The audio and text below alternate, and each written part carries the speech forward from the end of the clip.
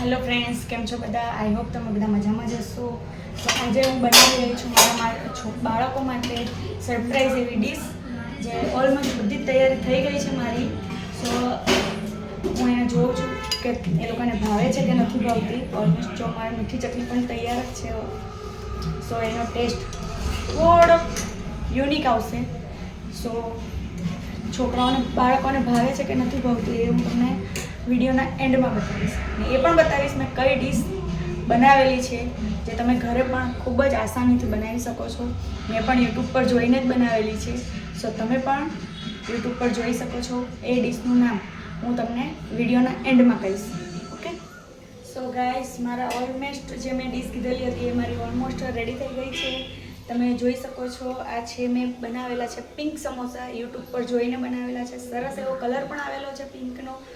અને આ ડીશ મેં મારા હસબન્ડ માટે સર્વ કરેલી છે, જેમાં મેં મીઠી ચટણી, તીખી ચટણી, ધાણા ને દહીં, જે મોસ્ટ ઇમ્પોર્ટન્ટ છે એની ખટાશ થોડીક આવશે, એ દહીં નાખેલું છે. સાથે સેવ એ પણ અંદર મેં નાખેલી છે. એ મારા હસબન્ડ માટે મેં સર્વ કરેલી છે. અને જે આ છે મારા છોકરાઓ માટે, જે મેં એના માટે બનાવેલી હતી. તો એને પૂછીએ આપણે કે એ લોકોને કેવા લાગ્યા. So let's go. સો એના માટે મેં પહેલાં ડીશ તૈયાર કરી દઉં છું. એ લોકો વધારે તીખું ખાઈ ન શકે એના માટે મેં એ લોકોની ફેવરેટ મીઠી ચટણી પણ બનાવેલી છે સાથે. તો એ લોકોને આપણે ચખાડીએ તો એ લોકોને કેવા લાગ્યા. સો આપણે હવે હું મારા બે છોકરાઓને બતાવું છું. એ લોકો માટે લઈ જાઉં છું સમોસા. જો એ લોકોને કેવી લાગી છે ડીશ એ પણ એ મને કહેશે જરૂરથી. વિથ દ્રષ્ટિ તમારા માટે સ્પેશિયલ ડીશ છે. એ મને ચાખીને કેવો કેવી લાગી.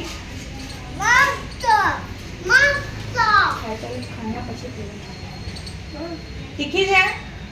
નથી તીખા? તમને ભાવ્યા? સો ગાઈઝ, એ લોકોને તો ભાવ્યા છે સમોસા. ઓલમોસ્ટ બીટરૂટના છે એટલે તમને પ્રોટીન, વિટામિન બધું જ મળશે અંદર. ને છોકરાઓ પણ આનાકાની કરતા હોય બીટ ને એવું બધું ખાવા માટે, તો એ લોકોને પણ એમાં સ્વાદ મળી જશે. સો તો આ બધા અમે ઘરના જ ઇન્ગ્રેડિયન્ટ્સ એમાં યુઝ કરેલા છે. સો તમે પણ બનાવી શકો છો. સાવ સહેલી અને સરળ રીત છે એમાં. સો તમે પણ બનાવજો ઘરે અને મને કોમેન્ટમાં જરૂર લખજો કે કેવી રીતે, કે શું અને કેવી બની છે તમારી ડીશ. એ પણ મને જરૂરથી કોમેન્ટમાં કહેજો. સો મળીએ નેક્સ્ટ વિડીયોમાં. Bye bye.